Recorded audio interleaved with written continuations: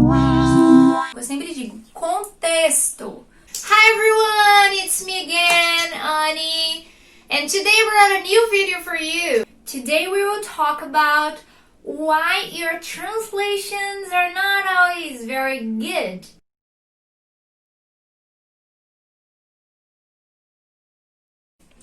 Por acaso você já tentou traduzir algum texto usando algum tradutor automático e ficou muito estranho? Então eu trouxe hoje aqui 5 diquinhas pra gente conversar um pouquinho sobre algumas situações que acontecem nesse momento da tradução. A primeira coisa que eu queria falar hoje é sobre estrutura de sentença. Por exemplo, um tradutor automático, eu vou usar aqui o exemplo do Google Translator, mas nós temos vários outros, eles não reconhecem sempre a diferença de estrutura das línguas. Eu vou dar um exemplo clássico aqui. E é claro que o Google Translator, ele tem sofrido muitas mutações, ele tem sido melhorado em diversos sentidos. Mas, por exemplo, a gente tem uma estrutura com relação a pronome em português que ela nem sempre se aplica em inglês. Eu posso dizer, ela ama seus livros. Ok. Em inglês, muitas vezes, quando as pessoas vão traduzir a palavra seus separadamente, o que acontece? Essa palavra vira yours. Ou até mesmo algumas vezes, quando você coloca a frase inteira, eu já fiz esse teste. Por exemplo, ela ama seus livros, vai aparecer she loves your books.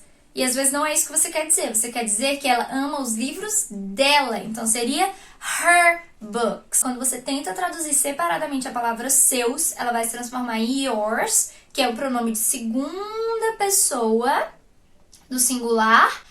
E quando você às vezes tenta traduzir a frase inteira, ele também vai se aplicar como segunda pessoa do singular. E muitas vezes você não está buscando a segunda pessoa do singular, né? Você está buscando, nesse caso, a terceira pessoa do singular.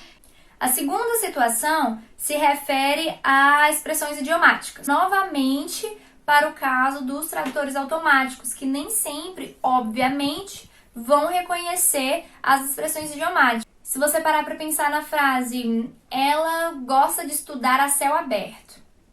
A céu aberto é uma expressão idiomática em português, é muito conhecida. Se eu disser isso, eu acredito que boa parte da população brasileira consegue compreender essa expressão a céu aberto, que significa outdoors. Algumas vezes, quando eu tentei traduzir, apareceu in open sky, o que não seria exatamente uma boa tradução. Uma segunda situação seria it's raining cats and dogs. Vou tentar traduzir aqui para ver o que acontece.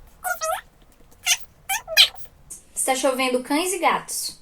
Em português, essa expressão pra gente seria minimamente estranha. Eu já vi as pessoas dizerem está chovendo canivete, está chovendo muito, mas chovendo cães e gatos a gente não usa muito em português. Mesmo se você utilizasse um dicionário e fosse traduzindo palavra por palavra, você também teria esse problema, porque cats são gatos, dogs são cães, cachorros. E qual seria a solução nesse caso?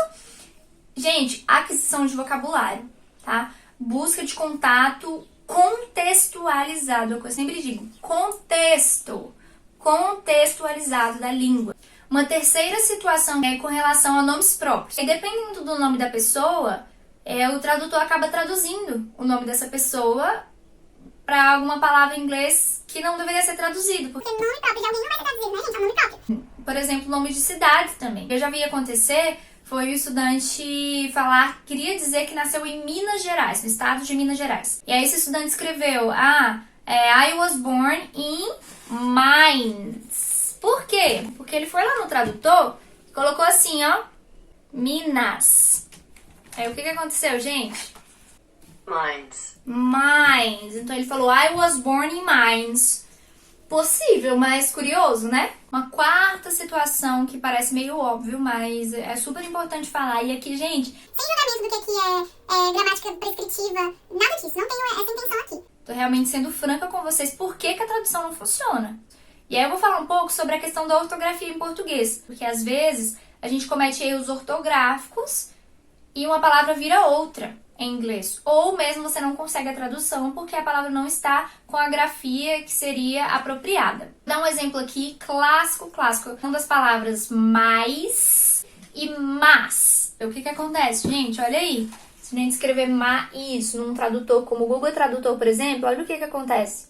Vira more. Em inglês, o nosso mas é o but, por exemplo. Então, mas seria bem traduzido como but. Mas se a grafia está equivocada, ela pode se transformar em uma outra palavra, como more, que é uma palavra para adição. Uma quinta problemática, quem trabalha aí com área de pesquisa, quem quer fazer um trabalho acadêmico, né? Às vezes até aquele famoso resuminho lá do seu artigo, do seu trabalho de conclusão de curso, da sua monografia e tal, seu abstract. O que acontece? Às vezes, quando a gente traduz nesses tradutores automáticos, a gente acaba utilizando palavras que não têm o mesmo grau de formalidade. Eu já vi as pessoas acabarem traduzindo a palavra pesquisa, por exemplo, que fica bem em português, ser traduzida como survey, por exemplo, que não se aplica à situação da pesquisa acadêmica. Não jogue seu trabalho fora com um inglês de tradutores automáticos ou de alguém que não conhece bem a língua. Well guys, that's it for today. I hope you liked the video. Don't forget to like the video, subscribe the channel, share the video, and comment here. Have you ever used Google Translator? Have you ever had any problem about translation? Let me know. Bye bye. See you soon. English for everyone.